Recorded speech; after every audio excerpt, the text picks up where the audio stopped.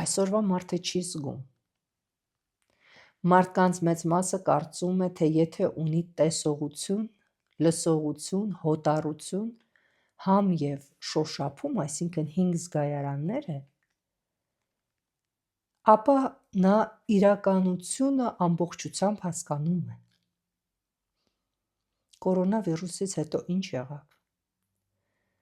Մարդը կորցրեց ժամանակակից, այսօրվա մարդը կորցրեց իր զգայարաններից երկուսը՝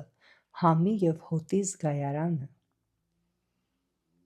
Եվ մենք դեռ կարծում ենք, թե այդ 3 զգայարանով կարող ենք ամեն ինչ զգալ ու հասկանալ, կարող ենք հասկանալ այս տիեզերքին։ Սա կոչվում է կենսաբանական ինքնախաբեություն, լսել եք այդ տերմինի մասին։ Այսօրվա մարդը իրականում չի զգում, նա թարգմանում է։ Մենք իրականությունը չենք ընկալում ուղիղ կերպով, մենք այն թարգմանում ենք մեր ուղեղի ֆիլտրերով, մեր իսկ վախերով, մեր իսկ փորձով, մեր իսկ լեզվով, մեր իսկ նեղ բառապաշարով, մեր իսկ մշակույթով։ 5 զգայարանները ամբողջական համակարգ չէ։